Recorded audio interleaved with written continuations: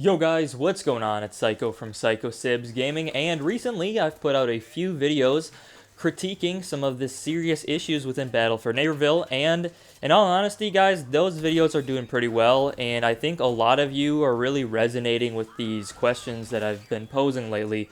However, profiting off of negativity is not really my forte, and I've been feeling a little guilty lately. And the problem I think is that a lot of you think that I absolutely hate Battle for Neighborville now, which is not the case at all. Guys, this is the game that basically built my channel up from nothing, and I do have a lot of respect for it. But as someone who does have a lot of love and respect for the game, I also want to share my opinions on what I think is going wrong in hopes that we can save it. Now, with all that being said, there is still a lot of stuff I like about this game, which is why today we're going to go over 5 things that I absolutely love about Battle for Neighborville.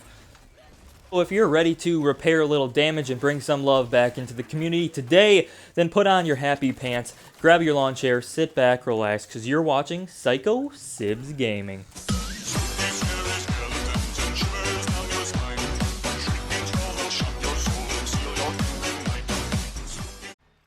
So the first thing that I absolutely love about Battle for Neighborville are the PvE environment. And I'm talking about Town Center, Mount Steep, and Weirding Woods here. These areas are absolutely incredible.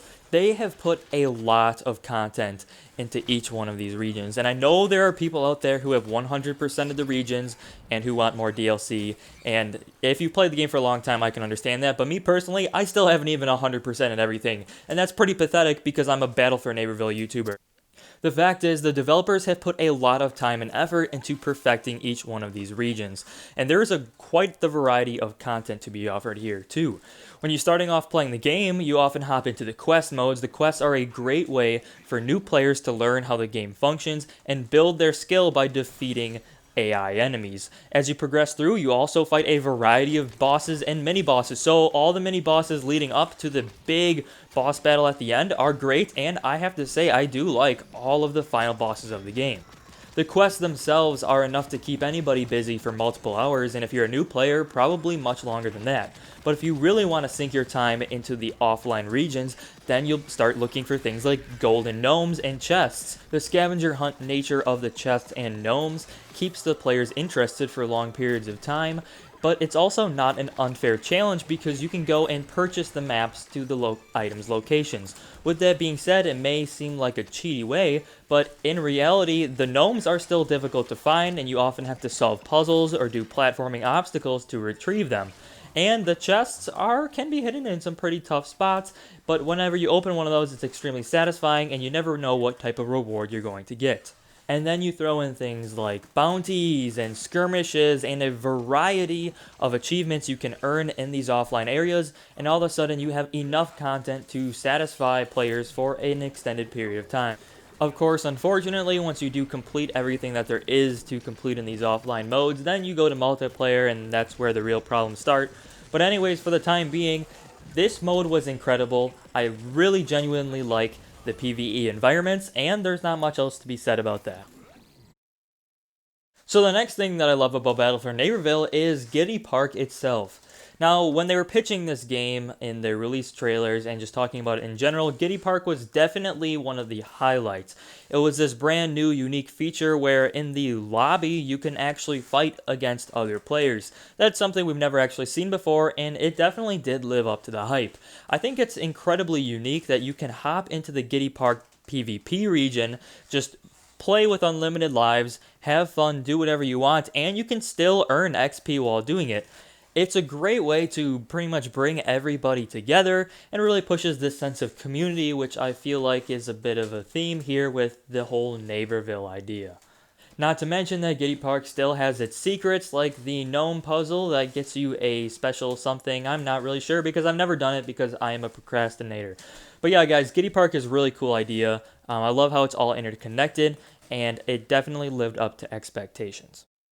The next thing that I love about Battle for Neighborville are the weekly character challenges. I think that adding in the weekly character challenges was an incredibly smart idea on behalf of the developers.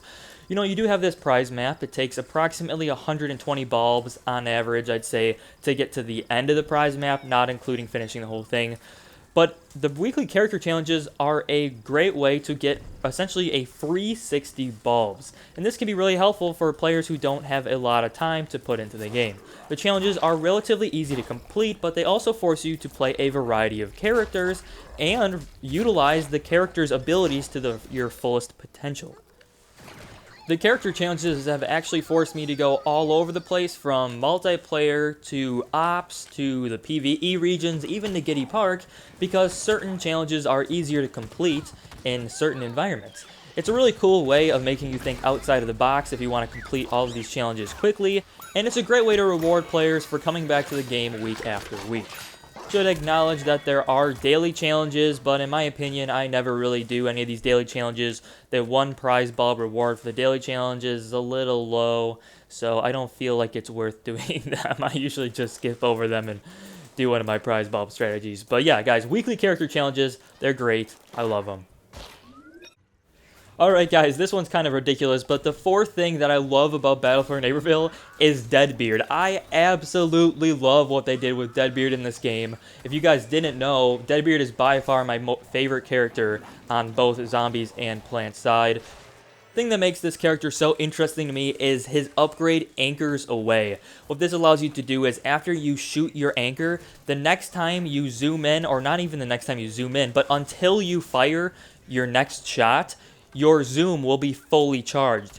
What this means is that you can quickscope with Deadbeard. You can actually quickscope in Battle for Neighborville. It is absolutely hilarious, and as someone like myself who has an extensive background with Call of Duty, you know, I was quickscoping with the Wii remote on Call of Duty Black Ops on the Wii, guys. I have some skill with this, alright? I absolutely love this. What this means is that you can chill back and snipe people from afar, you can snipe people mid-range, and then if someone gets right up in your face, you can just quickscope them.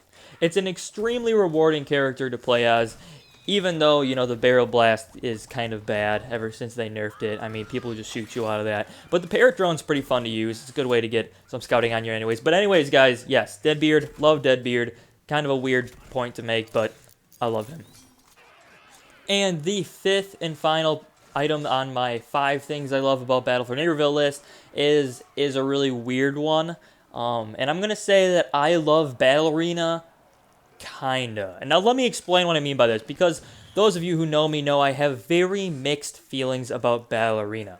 I've made videos complaining about Battle Arena. I have a lot of frustrations towards Battle Arena, but the truth is all of those frustrations are derived from this inner need to play Battle Arena. I love Battle Arena at its core. The idea for this game mode to force you to play multiple different characters, it's basically like a search and destroy type of mode where everyone has one life, winning rounds, it's exhilarating. It's a lot of fun to play, and I think it's an extremely unique game mode that should be a lot of fun to play in Battle for Neighborville.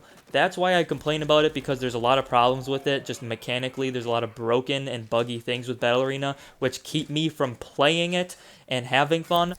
But with that being said, there is nothing more satisfying than a good matchup in Battle Arena. When you actually have two teams that are fairly evenly skilled and no one leaves the game, and it's just skill versus skill. You need strategy to pick your characters wisely. If you're playing as a team with friends, it can be a lot of fun to decide, okay, who's playing the healer, who's playing the tank. There's a lot of strategy involved.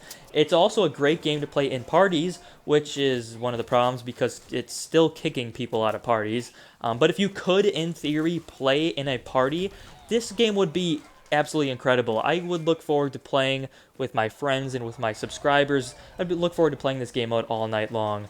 But obviously there are some problems with it, so that's not quite possible. But I do love this game mode, and I do want to stress that. And with that all being said, that is going to wrap up today's video. So thank you guys so much for watching. I hope you found these 5 things I love about Battle for Neighborville interesting, and I hope that you have a little more positive view of the game now. I think it's important to talk about the negatives in hopes that the negatives get better and turn into positive, but it's also just equally as important to address the positives and look a little glass half full. Because the truth is, there is a lot of good in the game, and we can't abandon it completely based on the bad we see in it. But anyways, guys, thank you guys so much for watching. I'll see you next time. Game on, gamers.